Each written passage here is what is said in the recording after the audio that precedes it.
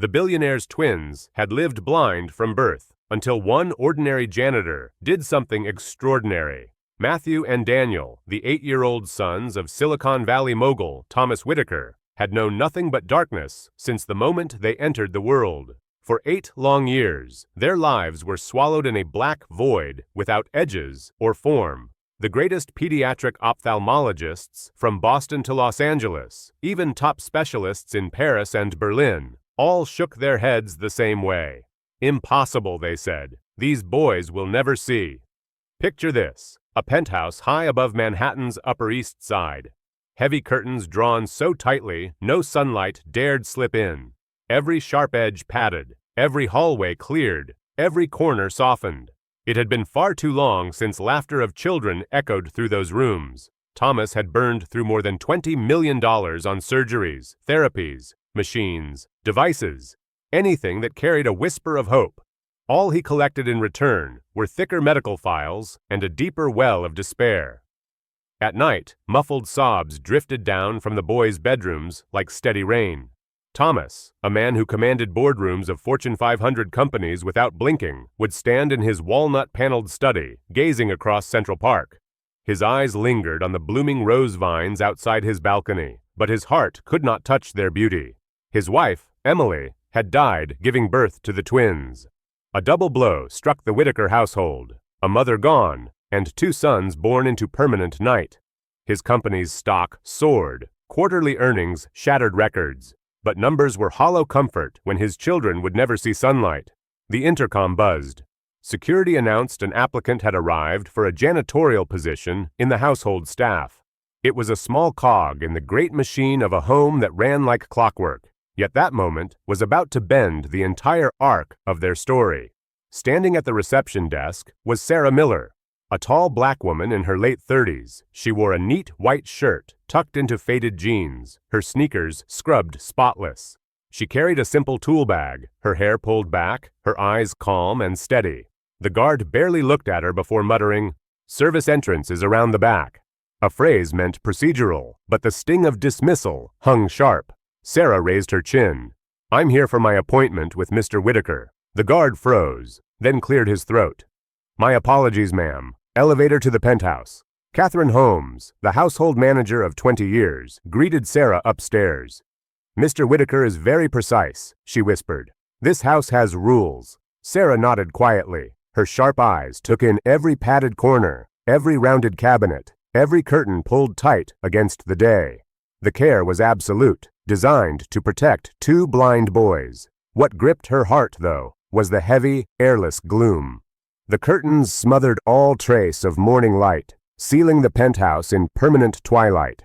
Thomas entered, tailored navy suit pressed, his face dignified yet weary. "Thank you for coming, Miss Miller." They shook hands. He flipped through her resume. "This is a large household, 12 bedrooms, a library, 2 offices. Salary is $3,500 a week, weekends off. One condition." He set his jaw.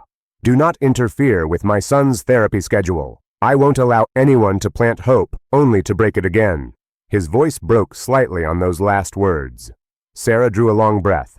She understood that weight. Years earlier in Detroit, she had raised her younger brother Caleb, who was born with severe low vision. She had spent countless hours teaching him sound orientation, contrast objects, tactile games. She still remembered his laughter as she spun a toy that clicked in bright rhythm.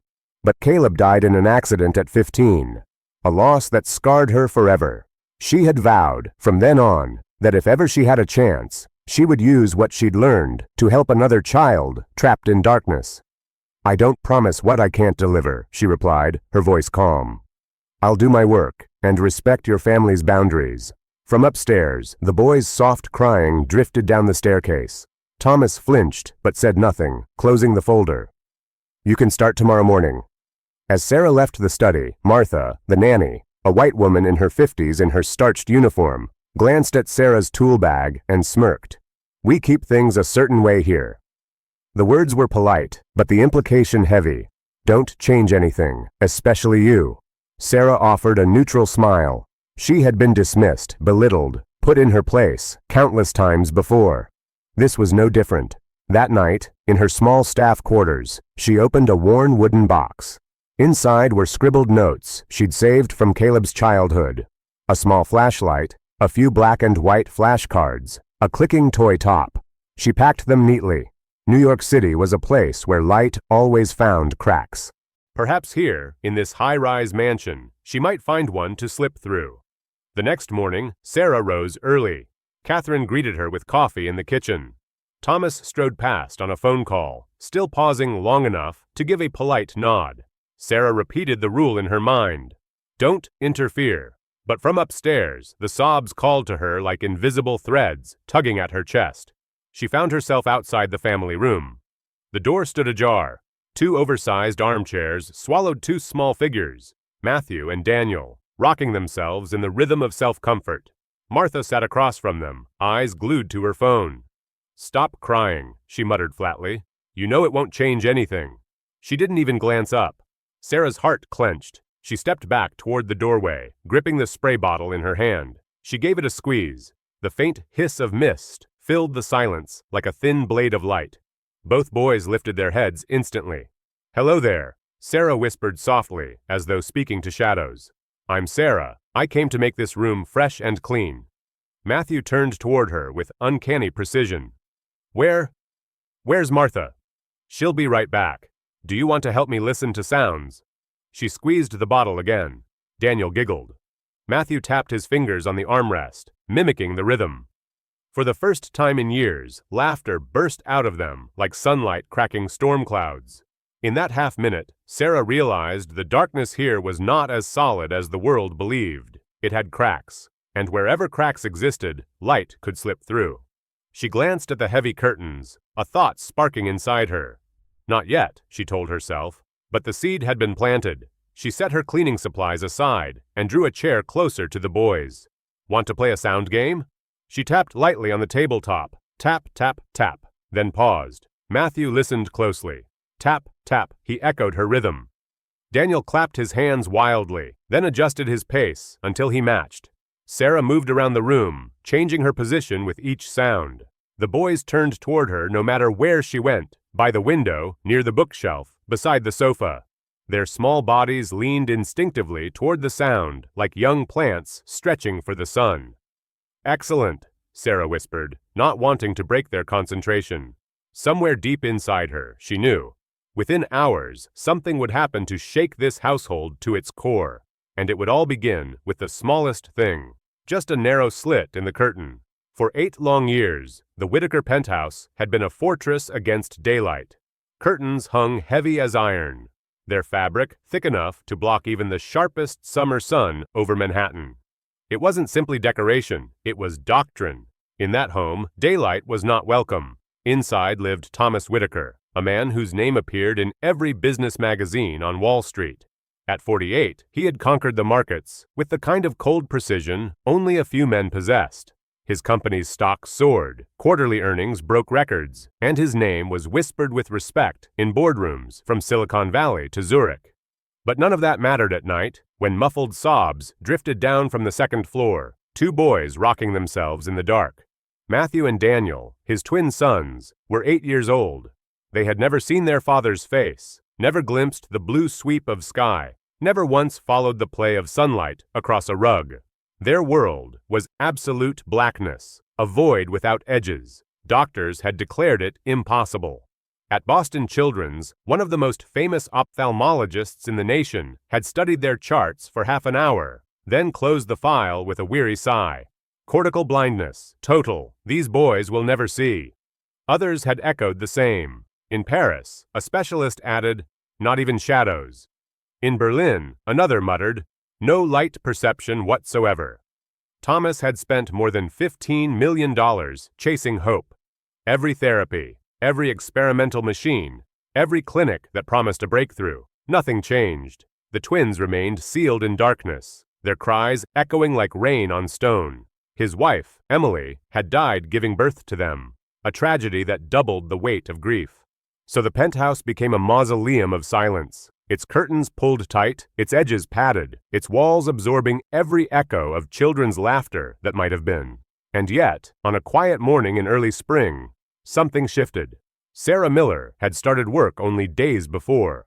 A tall black woman in her late 30s, she had come to clean, to keep order in a house where even the silverware was arranged with surgical precision. But Sarah was no ordinary housekeeper. She carried with her a quiet strength and a memory of her younger brother Caleb, a boy who had lived with low vision until tragedy claimed him in a car accident. From him, she had learned patience, creativity, and above all, how to let light into the darkest corners without causing harm. That morning, Sarah paused at the family room door. It stood open, just a crack. Inside, Matthew and Daniel sat in oversized armchairs, their small bodies rocking in rhythm. Martha, the nanny, sat across the room, her eyes glued to her phone. "Stop crying," she muttered, without looking up. "It won't change anything." Sarah's heart clenched. She stepped inside, spray bottle in hand. She gave it a squeeze. Hish! The sound was sharp, clean, like a streak of light cutting silence. The boys froze. Both heads lifted at once. "Hello there," Sarah whispered, her voice soft as if speaking to shadows. "I'm Sarah. I'm just here to clean." Matthew's face turned toward her with uncanny precision. "Where's Martha?" "She'll be right back," Sarah answered. "Want to help me listen to the sounds?" She squeezed the bottle again. Daniel giggled. Matthew tapped his fingers against the armrest, mimicking the rhythm. For the first time in years, laughter burst out, fragile but real. In that moment, Sarah realized the darkness in this house was not absolute. It had cracks, and through cracks, light could slip. Her eyes drifted toward the curtains. They hung like stone, thick velvet drawn tight from ceiling to floor. For years, they had been sealed, out of fear that light might harm the boy's eyes, fear that any stimulation might cause pain. Doctors had repeated the warning so often that it became law in the Whitaker household. Light hurts. But Sarah had seen something different in her brother Caleb. She had seen how soft, filtered light, gentle, controlled, could be a guide, not a weapon.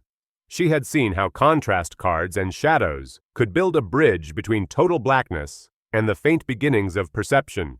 She hesitated. Her fingers tightened around the bottle. Then she set it down and spoke in a low, steady tone.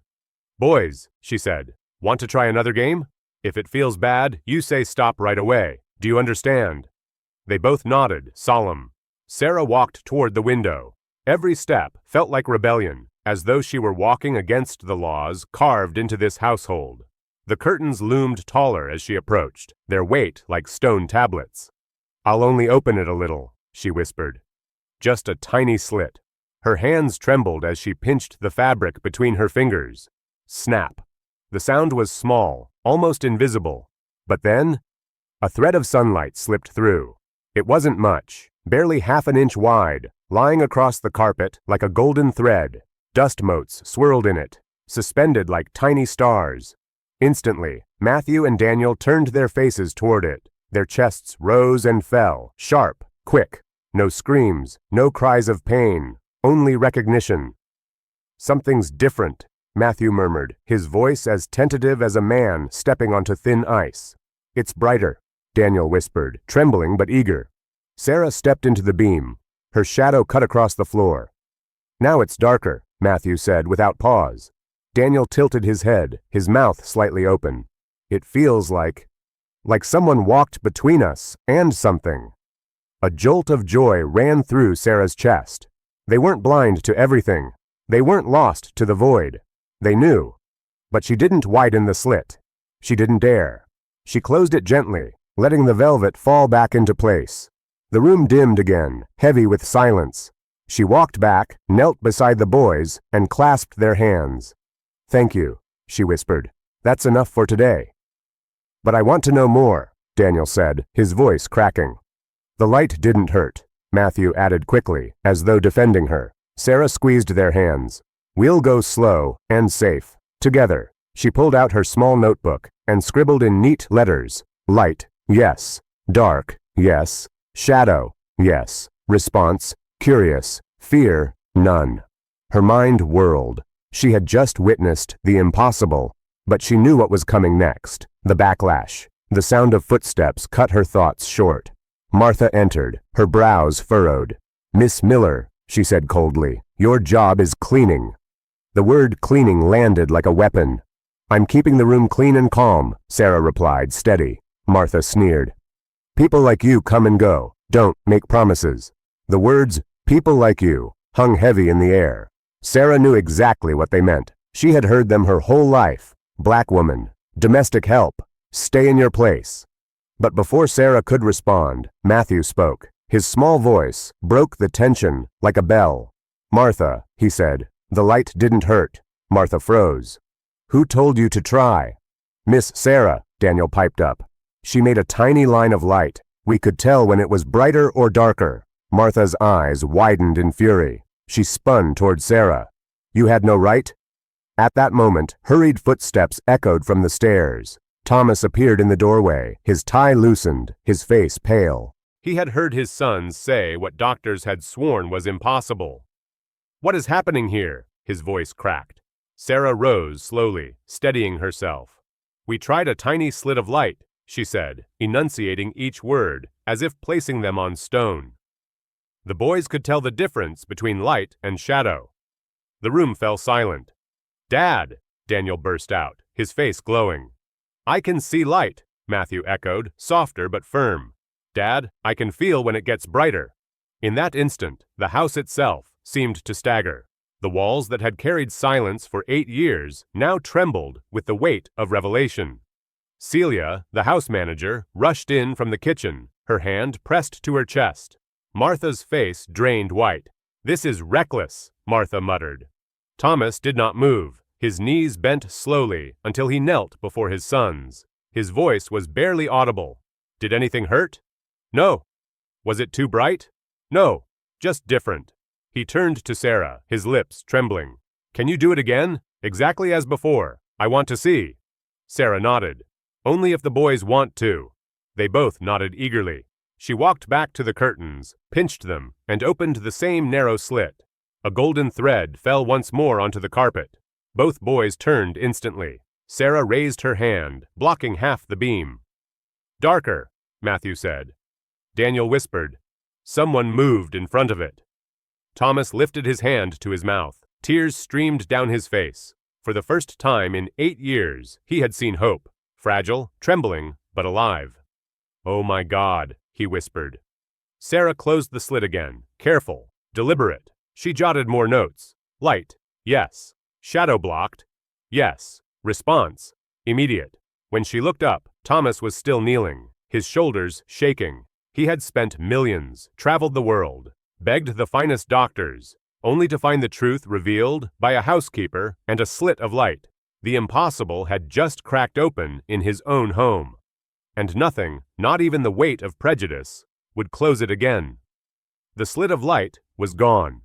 The curtains had been closed again, heavy velvet, returning the room to its long familiar gloom.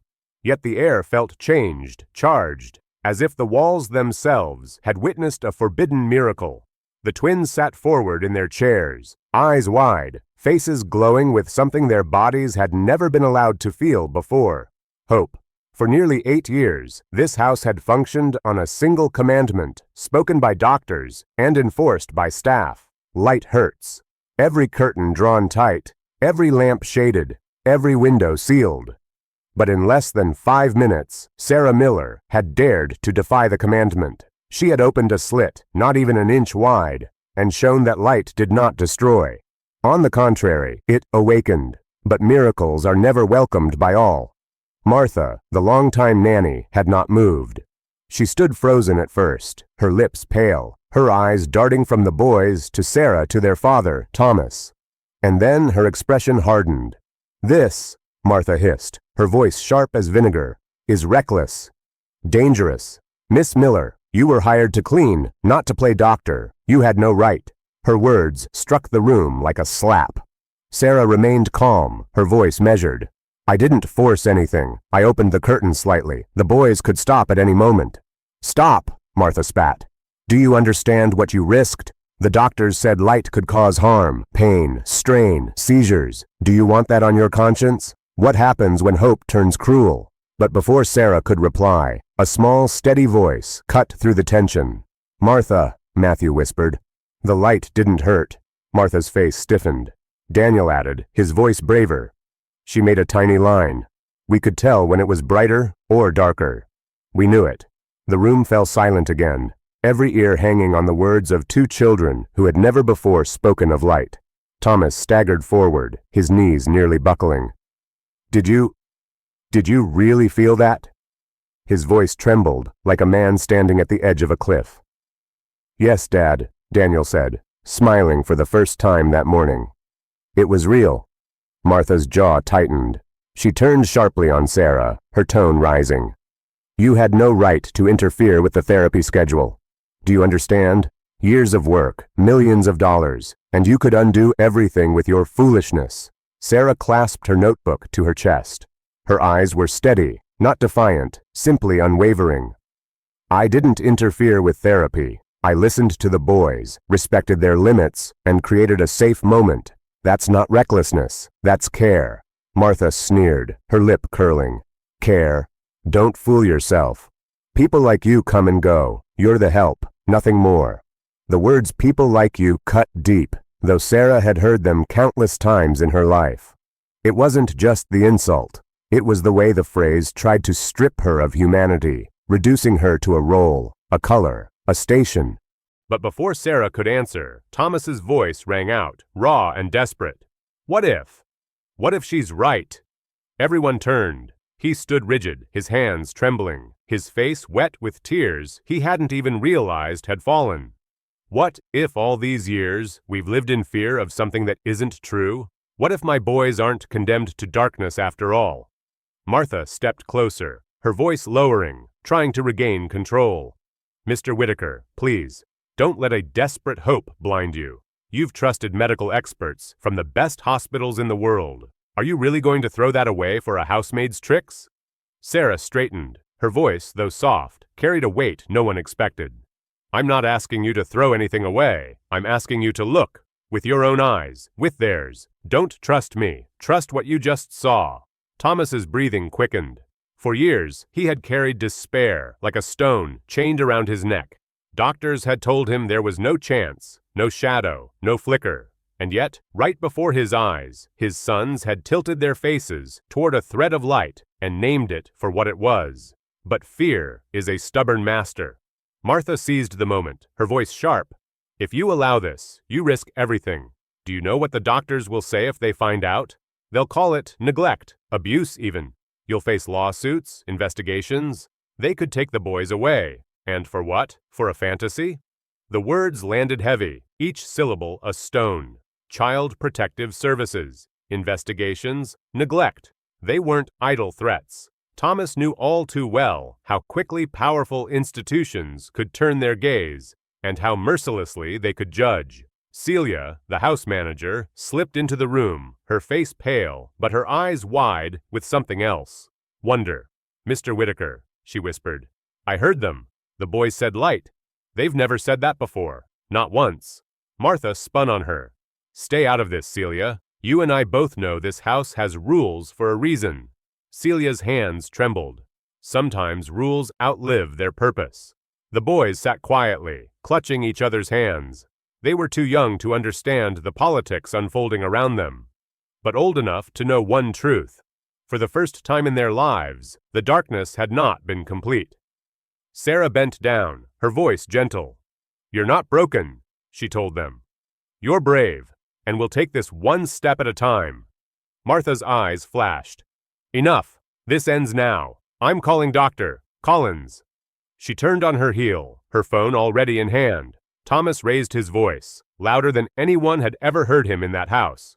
No. Martha froze mid-step. No, he repeated, his voice steadier now.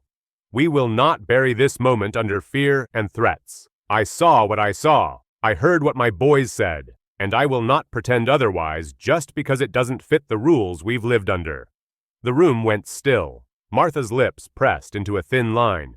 If you defy the medical team, Mr. Whitaker, you'll regret it. They will come down on you with everything they have. Thomas stepped closer, his voice dropping. Then let them. I have spent millions on experts who gave me nothing but despair. If the truth of my son's eyes begins with a single slit of light, then I'll follow that light wherever it leads. Sarah felt her throat tighten. She had not come into this house to fight battles, only to work, to keep things clean, to honor her brother's memory in quiet ways. Yet now she stood at the center of a storm, accused, dismissed, but holding in her heart the undeniable image of two boys turning toward light. Martha stormed from the room, her heels clicking against the marble. Her voice echoed from the hall as she barked into her phone. "Dr. Collins, it's urgent. Something reckless has happened." The sound faded, leaving only silence in the family room. Thomas collapsed into one of the armchairs, his face in his hands.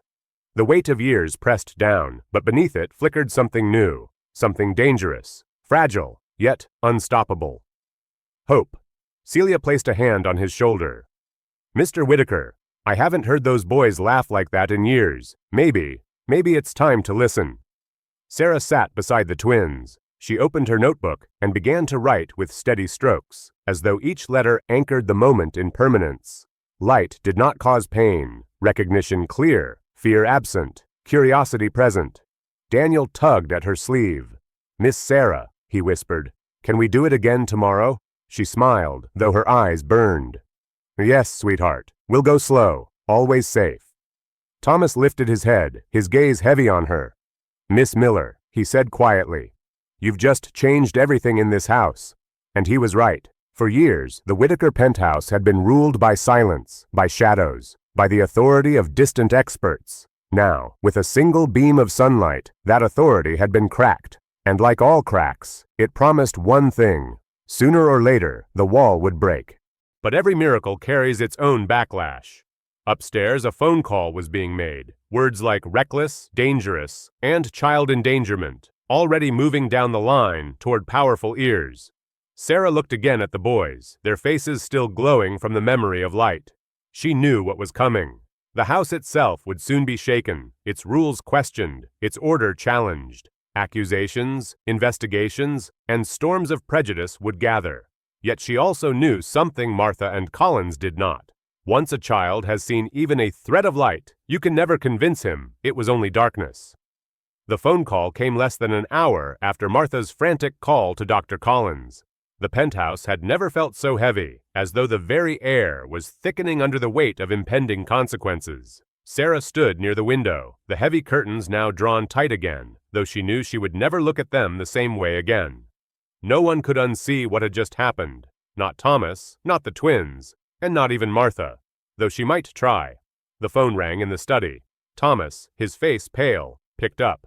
"Mr. Whitaker, this is Dr. Collins."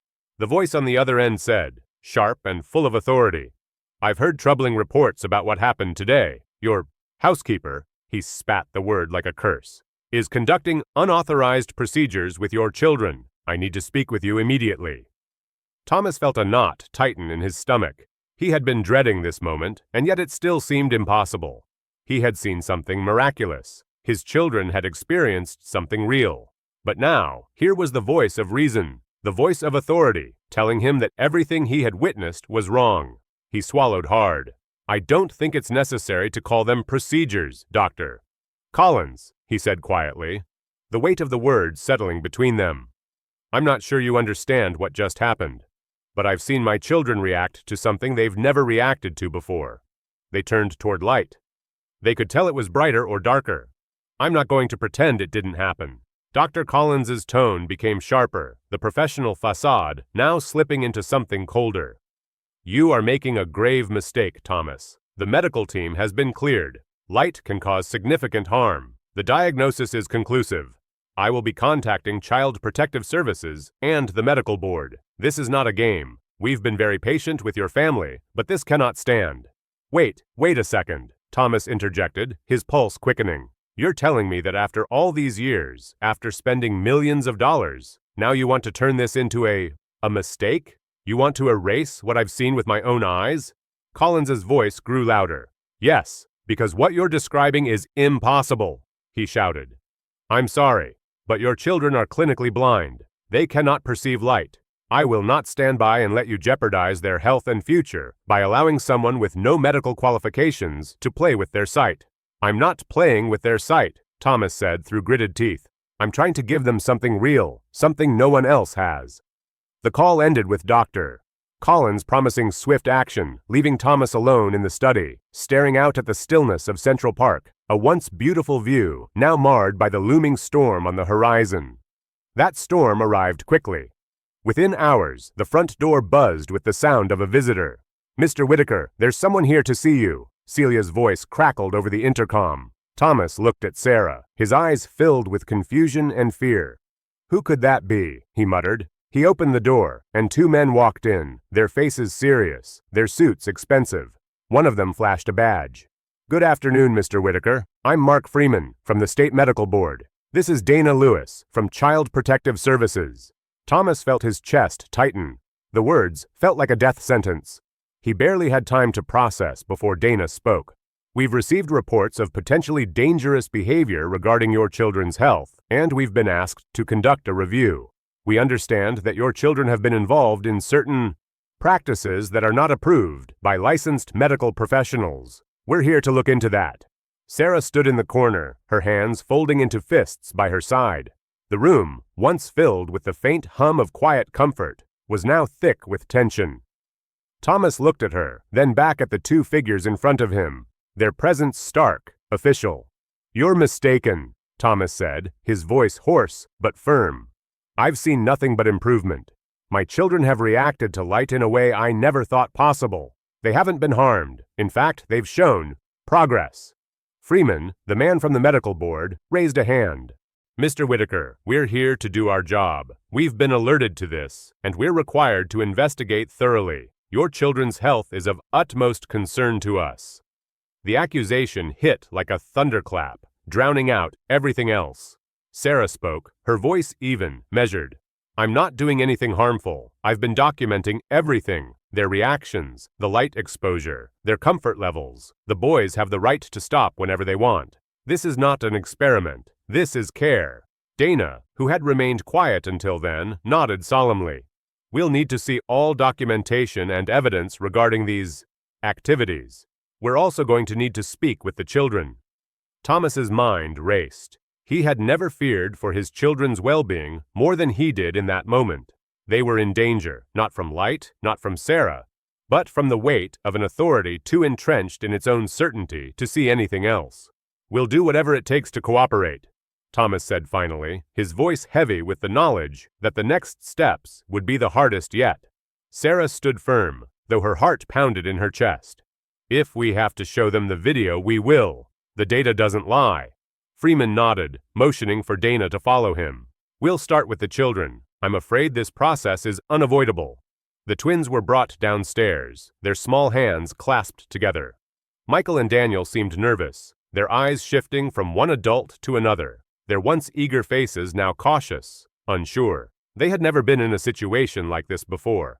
Dana crouched down to their level, her smile warm but strained. "Hi, I'm Dana. I'm here to make sure you're safe. Can you tell me about what happened with the light?" Daniel shifted uncomfortably, glancing at Sarah, then at his father. "The light. It was bright, but not too bright. We didn't get hurt," he said softly, as if trying to reassure everyone. Michael nodded quickly, adding, "We could tell when it got brighter or darker. We weren't scared. It didn't hurt." Freeman watched from a distance, his eyes narrowed. He scribbled something down, but said nothing. Thomas stepped forward. "They're telling you the truth. We're not forcing anything. They've been given the right to stop whenever they feel uncomfortable. There's no harm in that." Dana stood up, glancing at Freeman. "Thank you, boys. You've been very brave. We'll make sure everything is handled properly." As they left, the weight of the situation settled in the room like a cloud, dark and oppressive. "I don't understand," Sarah said quietly. "How could they not see? How could they ignore what the boys are telling them?" Thomas closed his eyes, his hands clasped tightly. "I don't know, Sarah, but I do know this. I'm not backing down. I saw the light in their eyes today, and I will do whatever it takes to protect that." It wasn't just about the light anymore. It was about the very essence of his children's lives, their right to see it, to feel it, to know it. He had let fear rule for too long. He couldn't let it take over now. The storm was just beginning. But for the first time, Thomas understood something that had eluded him for years. In the face of darkness, it was the smallest sliver of light that could ignite a revolution. The day the Whitaker family arrived at Manhattan Children's Hospital, Thomas felt the weight of 1,000 unanswered questions pressing on his chest. It wasn't just the high-rise towers of the city outside the hospital's windows. It wasn't even the looming threat of judgment from those who had doubted him.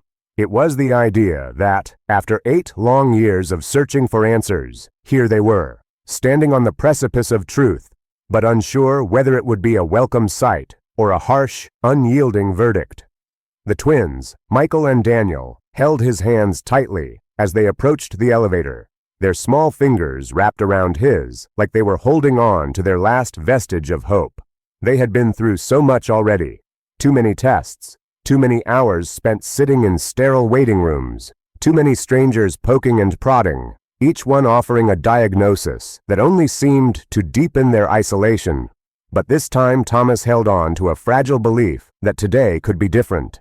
Dr. Anna Brooks had been the one to reach out, her reputation as a compassionate yet scientific ophthalmologist standing in sharp contrast to the cold bureaucracy of the medical establishment Thomas had encountered for years. She had promised him a fair shot, a real, thorough evaluation of his son's vision. No assumptions, no closed doors, just a chance for the truth to reveal itself. As they entered the testing room, Michael and Daniel instinctively flinched. The bright lights and strange equipment were all too familiar, but this time there was something else in the air, a sense of opportunity that had been absent before. Anna smiled warmly at them as she motioned for them to sit. "Hey there, Michael and Daniel. I'm Dr. Brooks," she said, bending down to their level. "We're going to have a little fun today. We're going to see how well you can track light and shadows. Nothing to be scared of. Just play." Sarah, standing quietly by the door, looked at the boys with a quiet optimism. Thomas felt her gaze, and for the first time in days, he allowed himself to believe that maybe, just maybe, his sons had a future beyond the dark void they had lived in. Anna walked over to a projector, adjusting the light levels with the precision of someone who had spent years in the field. "I'm going to shine some soft lights in front of you, and I want you to let me know what you see. Tell me if it's brighter or darker. No wrong answers, okay?" Michael and Daniel exchanged a quick glance. They were nervous, but eager. The same mix of emotions they had carried their entire lives. Fear, yes, but also something new, something that had been awakened in them that morning. The first test was simple. Anna projected a low-light target onto the wall and asked Michael and Daniel to track it with their eyes. They leaned forward, their tiny heads tilting in tandem, following the light. It was the first time they had been asked to do this with any real expectation. They weren't just feeling their way through the world. They were actively participating in it. "Good job, Michael," Anna said, noting his slight head tilt. "Now, Daniel, your turn." Daniel's eyes darted, his face intent. The projector flickered, and Daniel's gaze followed it immediately. It wasn't a dramatic movement, just a slight tilt of the head, but it was there. It was a response. A real, clear response. Thomas watched, his heart pounding. This was the moment he had been waiting for, the moment when all the doubt and fear could be silenced. But as the seconds ticked by, he couldn't help but notice something else, something more troubling. In the corner of the room, behind the observation glass, stood the shadow of Dr. Collins, his presence almost palpable. It was as if the old guard of medical authority had come to oversee this new chapter, to make sure nothing veered off course. Anna continued with the tests, moving to the next stage, where she would use high-contrast patterns. She carefully adjusted the lighting, ensuring it remained soft and controlled. "This is called the optokinetic nystagmus, OKN test," she explained. "We'll use moving stripes to see how well you can track them." As she began the test, Michael and Daniel's responses were more pronounced. Their eyes followed the stripes with increasing confidence. And Daniel, who had once been terrified of such stimuli, actually reached out to touch the projected light. "That's it, Daniel," Anna cheered. "You're doing great." Thomas could feel his chest tighten with emotion. He had spent years in this very hospital, sitting in waiting rooms, hearing the same words over and over again. Impossible. Total blindness. No perception of light, no hope. And now, here were his sons, not only reacting to light, but engaging with it. They weren't just perceiving it. They were learning to interact with it. But there was still the lingering presence of doubt. Dr. Collins had remained silent, observing from the other side of the room. Thomas could almost feel the weight of his stare, the years of professional arrogance pressing down on this fragile moment. When the test finished, Anna turned to him with a smile. "Mr. Whitaker, you've got two very smart boys here. We've got some more tests to do, but I think it's safe to say they're responding to light. They're not totally blind. They've got vision, functional vision." Thomas blinked, disbelief mixing with relief. "You're sure?" he asked, his voice barely above a whisper. Anna nodded, her expression steady. "I'm sure. They're still at a low functional level, around 30% vision, but they're not totally blind, and with the right training and stimulation, that can improve." And then, before he could digest this revelation, a chilling voice spoke from the other side of the room. "That's impossible." It was Dr. Collins. He had moved into the testing room without anyone noticing, his figure now looming like a shadow over Anna's findings. His tone was condescending, dismissive. "This is irresponsible. None of this should be happening." Anna straightened up, her eyes cool but unwavering. "Dr. Collins, we've just completed a series of tests. Their responses are real. There's no mistaking it." "I don't care what tests you've done," Collins snapped. "These children were diagnosed with cortical blindness. You're playing with their future. This," he gestured to the light projected on the wall, "is a dangerous mistake." Thomas stepped forward, his anger rising. "Enough, Collins. I've had enough of your impossible diagnoses. I've seen what's happening with my sons. This isn't about your status anymore. This is about their reality." Dr. Collins shook his head, almost disbelieving. "You're letting a housekeeper dictate your children's future. A housekeeper? You don't know what you're getting into. I'll be contacting the medical board immediately." Anna's voice cut through the tension. "Dr. Collins, with all due respect, the children's progress doesn't have anything to do with their caregiver's occupation. It's about their responses to gentle, controlled light exposure. You may not agree, but the data doesn't lie." Collins turned sharply on his heel and walked out, muttering something under his breath about unqualified personnel and reckless practices. Thomas's heart raced, the anger, relief, and disbelief mingling into a sense of disorientation. He had just seen his sons interact with light in a way no one had ever thought possible. Yet here was the very embodiment of medical authority trying to strip that away, to discredit everything they had just witnessed. Anna turned to him, her expression softening. "I know it's hard, Mr. Whitaker, but don't let him rob you of this moment. The data supports it. Your boys are seeing, and that's something no one can take away from you."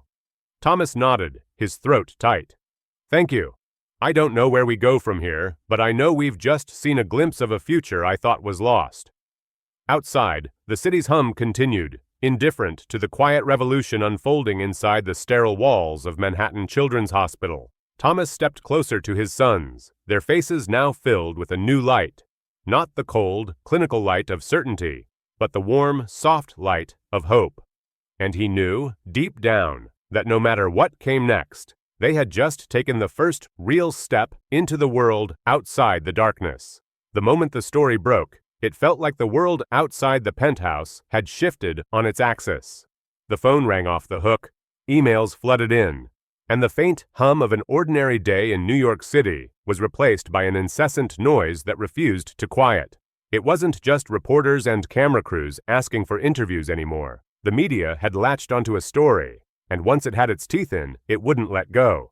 At first, it had seemed like a small blip, an innocent remark here, a headline there. But within hours, the news was everywhere. The title, "Billionaire's Twins Subjected to Reckless Light Experiments by Housekeeper," appeared across the front page of every major outlet. News outlets, bloggers, and social media influencers jumped on the bandwagon, each one adding a layer of hysteria to a story that was far from the reality. It was relentless. On the evening of the story's release, a young reporter named Jada Simmons, who had been sitting near the Whitakers in the waiting room of Manhattan Children's Hospital, decided to live stream what she had witnessed. What started as a quiet recording of the calm atmosphere quickly turned into a media sensation, with viewers bombarding the screen with comments, questions, and outrage. The next morning, Every corner of the media landscape was filled with the same accusations: reckless, unqualified, dangerous. These words were slung like stones at Sarah Miller. Thomas sat in his study, his head buried in his hands. The storm outside was nothing compared to the storm inside. "I don't understand, Sarah. How did it get to this? We've done everything by the book, and now they're calling it abuse. They're saying you're experimenting on my kids." Sarah stood by the window, her arms crossed, watching the cars pass by, the constant parade of life outside, in stark contrast to the chaos inside. The lines of her face were hard to read. She had never been one for grand gestures. But now she felt it all, the weight of years of racism, prejudice, and class division. "I didn't promise them miracles, Thomas. I just showed them a sliver of light. I let them see what no one else has dared to show them." Her voice was steady, but beneath it, Thomas could hear the exhaustion, the battle she was already fighting, one she never asked for, but had found herself in all the same. Outside the windows, the world seemed to march forward while inside, their world was being ripped apart. The phone rang again. Thomas gritted his teeth. It was Dr. Collins. "Mr. Whitaker," his voice came through cold and calculated. "I've just seen the report. This is a disgrace. You're putting your children at risk, and now the whole world is watching." Thomas clenched his fist around the phone. "You can't silence us, Collins. I'm done with the lies. My children are seeing, and you can't take that away." "You're playing with fire," Collins warned. "This is a lawsuit waiting to happen. If you don't stop this, you're going to ruin everything." It wasn't just Collins anymore. The entire establishment was watching now, ready to pounce, ready to discredit everything that had taken place. But what infuriated Thomas the most was how easily they had dismissed his children's progress. They had seen nothing but the weight of their own authority, and anything outside their control, anything that didn't fit their narrative, had to be dismantled. The media frenzy escalated quickly. Every news outlet had something to say about the Whitaker family. Social media was no better. Outraged tweets, articles filled with venomous commentary, and YouTube videos dissecting the events with false expertise. The narrative was clear. Thomas Whitaker had put his children in danger, and Sarah Miller was no more than a reckless housekeeper playing doctor. There were headlines such as, "Housekeeper's Dangerous Light Therapy on Blind Twins," "Billionaire Family's Reckless Attempt to Cure Their Children," and most damning of all, "Unlicensed Medical Experiments Conducted in Penthouse." Every one of those words cut deeper than the last. But the worst part wasn't the media. It was what followed. The reporters began showing up at the penthouse building. Not just a few, dozens. News vans parked along the street, cameras pointed toward the front door, while microphones and notepads appeared outside the windows. It felt like the very air was heavy with their gaze, as if they were waiting for the inevitable fall. Inside, the Whitakers couldn't breathe. Thomas felt cornered, his every decision now under the microscope of public opinion. Sarah had to leave the house, only once during that period, and even then, she was harassed by reporters in the lobby. Her heart pounded as she tried to make her way to the car. The flashing lights, the shouted questions. "Why are you experimenting on those poor children?" Stung like bee stings. One of the reporters thrust a microphone into her face.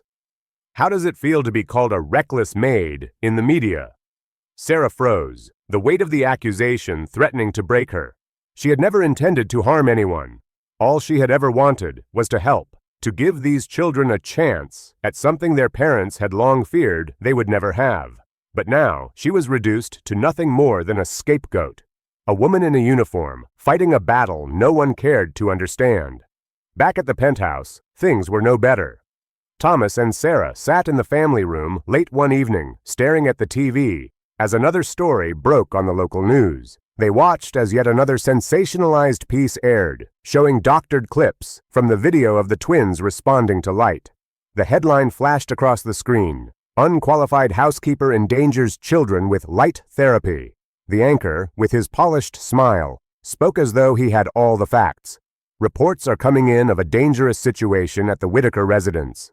Children are being exposed to light treatments with no medical oversight." The segment cut to footage of a highly edited clip showing a concerned-looking doctor. Collins.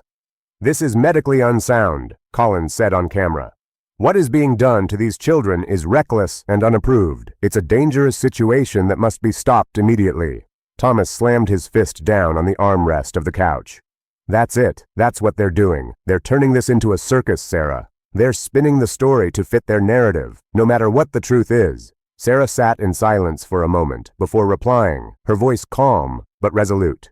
"We knew this would happen. People like us, people who don't fit the mold, are always the ones that get blamed. They can't accept that someone without a medical degree might have the answers." She wasn't wrong. The public had latched on to the idea that a housekeeper, someone from a lower socioeconomic background, could never have a hand in something so groundbreaking. Their bias was impossible to ignore. Every headline that misrepresented her, every insult hurled her way, was rooted in something far uglier than professional disagreements. It was rooted in race, class, and power. As the days dragged on, the attacks on Sarah grew more personal. They didn't just question her methods, they questioned her very worth.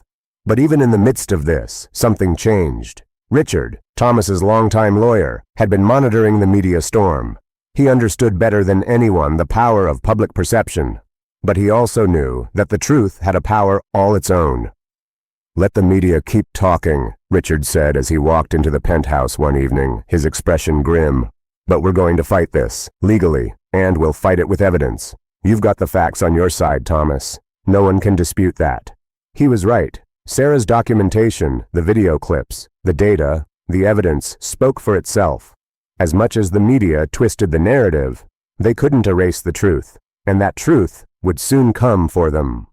The courtroom was a place of cold, gray marble floors and sharp-edged desks, each one a symbol of authority and control. The air was thick with the scent of polished wood and the faint buzz of murmured conversations. It had become a battleground, and Thomas, Sarah, and the twins, though seated in the quiet of the gallery, felt the weight of every eye upon them, some curious, some condescending, and others filled with something far darker. Suspicion. The accusations had already been made. The media had already built its narrative. The headlines that had painted Sarah as a reckless, unqualified housekeeper experimenting on blind children had made their mark. Now, in this cold, cavernous room, the truth would have to speak louder than the voices of authority that had spent years pushing it into the shadows. On one side of the courtroom sat Dr. Henry Collins, flanked by his lawyers, his eyes hidden behind the rim of his glasses. He had become the face of the establishment, the same man who had dismissed Thomas's sons as lost to darkness, the same man who had now turned his medical expertise into an accusation against a woman who had dared to question the system. Thomas could barely stomach looking at him. The anger he had felt in the hospital waiting room when Collins had dismissed his son's progress as impossible now burned hotter than ever. Across from him sat Dr.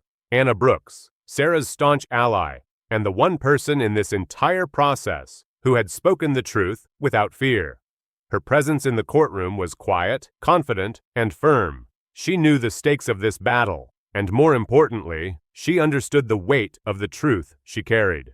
Beside her was the defense team, led by Richard, the Whitaker family lawyer, who had been a steady force through the legal turmoil. The judge, a stern woman with sharp features and piercing eyes, took her seat at the front of the room. The gavel struck once, twice. The sound echoed like the start of a race. "This court is called to order," the judge's voice boomed.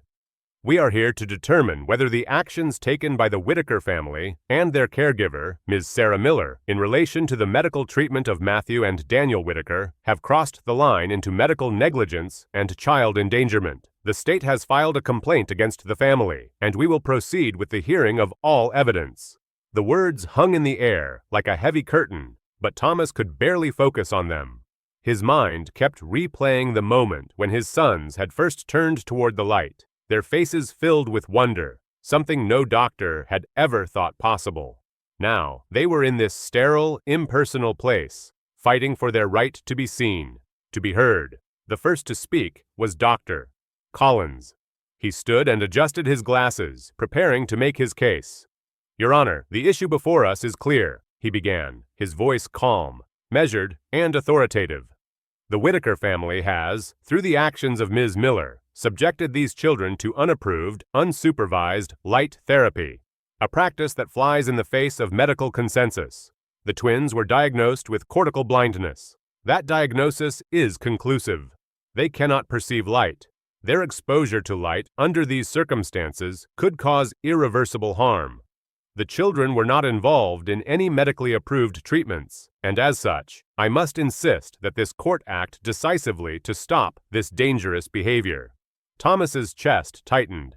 His hands gripped the arms of his chair, knuckles white, as he listened to Collins twist the truth into a version that served his own interests. He had to fight this. He couldn't let this man, this institution, reduce his sons' lives to nothing more than a set of medical papers that hadn't even bothered to account for the possibility of change.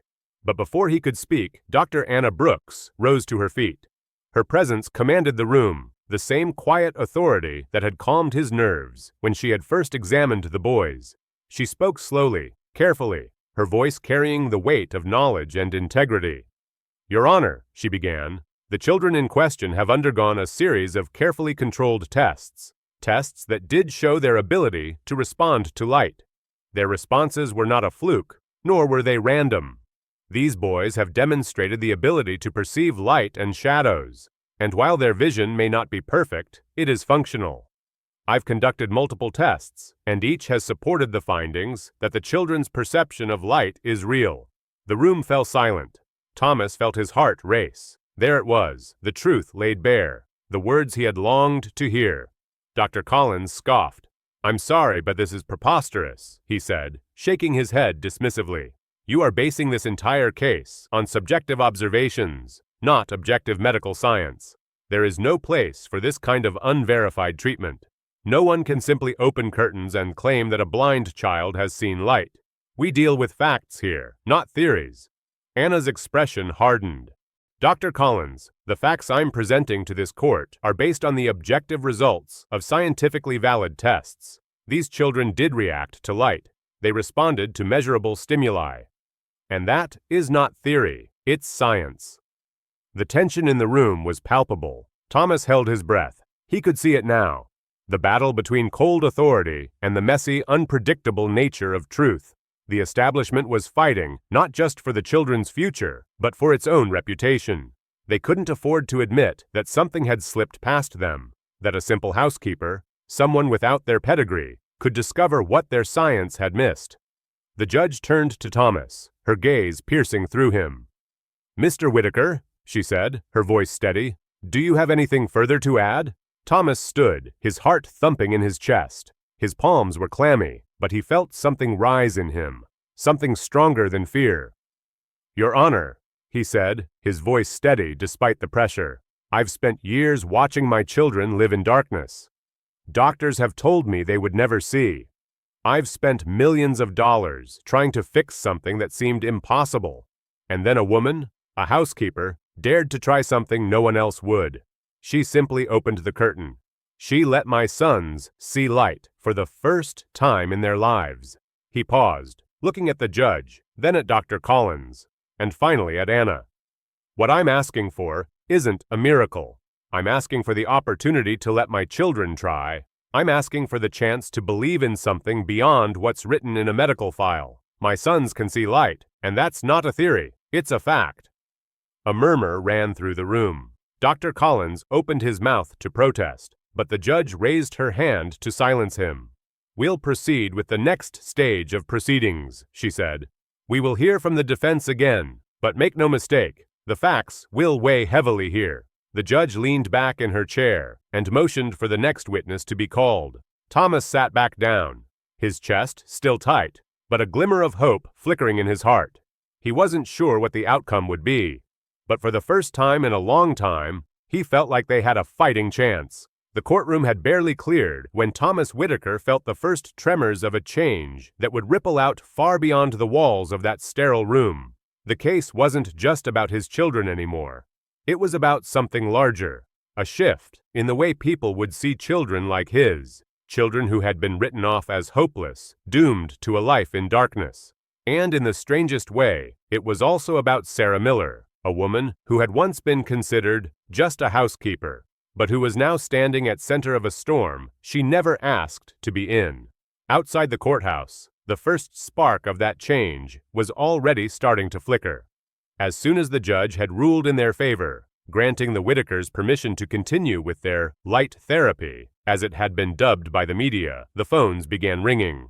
At first, it was just a few reporters asking for follow-ups, asking for comments on the victory. But as the day wore on, the requests became more frequent, more insistent. Thomas barely had time to process what was happening before his phone buzzed again. "This is Ava Reynolds, the civil rights attorney. You have a moment?" Thomas smiled at the sound of her voice, always calm, always assured. Ava had become a pillar of support through this ordeal, her no-nonsense approach sharpening their focus when the world outside seemed determined to tear them apart. "Of course, Ava. What's going on?" "I've been in touch with a few people," Ava said, her voice low but filled with urgency. "The momentum is building. People are paying attention to this case. The media's portrayal of Sarah as a reckless maid is being called out. There's a growing movement, and I think it's time to give it direction. It's time for action." Thomas leaned forward, his heart quickening. He could hear the underlying excitement in her voice. This wasn't just about clearing their names anymore. This was about creating something bigger than any of them had imagined. "What kind of action?" Thomas asked, already sensing where this was going. "I'm talking about a foundation," Ava said, her words quickening now. "A movement to challenge how children with disabilities are treated, especially those diagnosed with incurable conditions. To create a space where caregivers are seen for the professionals they are, not dismissed because of their job title or background. It's time to shine a light on these issues, pun intended." She chuckled lightly, but Thomas could tell she wasn't joking. It was in that moment that Thomas understood. This wasn't just about a victory in court. This was the beginning of something much larger. A fight not only for his sons, but for every family who had been told their children had no hope, for every caregiver who had been overlooked because of their race or their class. The story of Michael and Daniel had become a symbol, and now it was time to turn that symbol into action. The very next day, as reporters swarmed outside the Whitaker penthouse, Sarah sat with Thomas at their kitchen table, her face as calm as ever, though her eyes betrayed the exhaustion of the past few weeks. "I don't know how to feel about all of this," she said, her voice soft, but carrying the weight of the questions that had been plaguing her mind since the media firestorm began. "I didn't do this for fame. I just wanted to help." "I know," Thomas replied, taking her hand. "But look at what you've started. Look at what we've all started. People are finally seeing that the system doesn't have all the answers. We've opened a door, Sarah, and now it's time for others to walk through it." That night, as they sat together in the dim light of the living room, Thomas and Sarah made a decision. They were going to take the next step. They were going to turn this legal victory into something tangible, into something that would last long after the headlines faded. The next week, Thomas, Sarah, and Ava gathered in the same room with a few key allies, doctors, activists, and parents who had been touched by the case. They discussed the possibility of creating a foundation to advocate for children with visual impairments and disabilities, a foundation that would focus on the importance of early diagnosis, respectful treatment, and breaking down the barriers that kept certain families from receiving the care they deserved. The idea of the Gentle Light Foundation was born, a nonprofit organization that would not only support research into new therapies, but also provide education and resources for families who had been told their children had no hope. "We're not going to wait for the system to change," Ava said, looking around at the group of people gathered in the room. "We're going to be the change. We're going to build a community where parents and caregivers are supported, not dismissed, where children who've been given up on are given the tools to succeed." The first major initiative of the foundation would focus on spreading awareness about the concept of functional vision, the idea that a child's vision doesn't have to be perfect to be meaningful. The foundation would partner with hospitals and schools to develop programs that trained medical professionals and educators to work with children who were visually impaired and to understand the importance of seeing the child, not just the diagnosis. They would challenge the notion that children with disabilities should be kept in the dark, literally and figuratively, because society had written them off. At the same time, the media storm around the Whitakers didn't subside. It had taken on a life of its own, and now every news outlet from the tabloids to the major networks wanted to cover the story. But the tone was shifting. No longer was Sarah being depicted as a reckless housekeeper playing with children's lives. The story had morphed into something else, a question of systemic bias, a question of who gets to decide what children deserve. In interviews, Thomas began to see something new. The media, for all its sensationalism, was starting to hold the medical establishment accountable for the way it treated children with disabilities. "It's not just about my kids anymore," Thomas said one evening, pacing the room as Sarah watched him. "It's about every kid who's been told they have no future, every parent who's been made to feel like they don't matter. We're taking on more than just this court case. We're challenging a whole system that's built on fear and prejudice." And with that resolve, the Whitakers began their journey as advocates, not just for their own children, but for a whole generation of kids who had been left in the dark. As the weeks passed, support poured in from all corners of the country. Parents who had struggled with their children's disabilities shared their stories. Doctors who had been frustrated by the lack of progress in their field offered their expertise. And from the moment the foundation was announced, the movement began to grow. Sarah stood at the front of a rally one evening, the first public event the foundation had held. A crowd of hundreds gathered in front of them. The banners waved high, and the air was electric with energy. "We are here today because no child, no family, should ever feel like they have to fight for their right to be seen," Sarah said into the microphone. "We are here today because light, just like hope, should be available to all. No child should be left in the dark." The crowd erupted into applause, and Thomas, standing beside her, felt something stir in his chest, a deep sense of pride, not just in his family, but in the movement they had helped to spark. This wasn't just about the Whitakers anymore. This was about a world that was finally beginning to listen. And the world was about to change. The legal battle had raged for months. The media frenzy had died down, only to be replaced by a growing wave of support from the very people who had once been silent, too afraid, or too disillusioned to speak. The Whitakers had become symbols, not of failure or loss, but of resilience, of a family's relentless fight for the right to see their children live, not as victims of circumstance, but as people with real potential. In the weeks that followed the foundation's announcement, the Gentle Light Foundation began to take root. The focus had always been clear: to challenge the system that had for too long relegated children with disabilities to the margins, their lives measured in percentages of imperfection, their worth questioned by society's failure to understand the power of compassion over compliance. And Sarah Miller, once dismissed as just a caregiver, had become the face of this movement, her simple act of opening a curtain, the spark that ignited a revolution. But even with the victories piling up, first the court ruling, then the wave of public support, and the foundation's immediate success, there were still those who resisted the change. There were still voices, powerful voices, in the medical establishment who couldn't or wouldn't accept the truth. It wasn't long before those voices began to organize. Dr. Henry Collins, the man who had dismissed Thomas's children as hopeless from the beginning, didn't fade into the background. Instead, he became more vocal, more insistent. The very idea that a housekeeper, someone without the appropriate credentials, could challenge the narrative of his career was an affront he couldn't ignore. And so, he began a campaign, this time not in the courtroom but in the media, against the foundation, against the Whitakers, and against Sarah. It began with subtlety, an anonymous source here, an offhand comment there. But soon, Dr. Collins's campaign gained steam. Articles began to appear in medical journals, casting doubt on the legitimacy of Sarah's methods.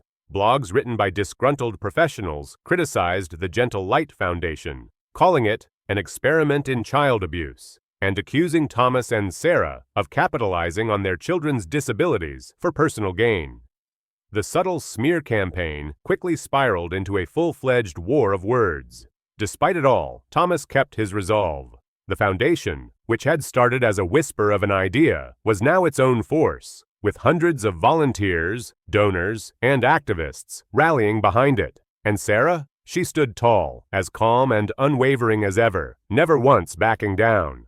She had already proved her worth in the eyes of the people who mattered, the families whose children had been given up on, the parents who now had a voice where there had been none.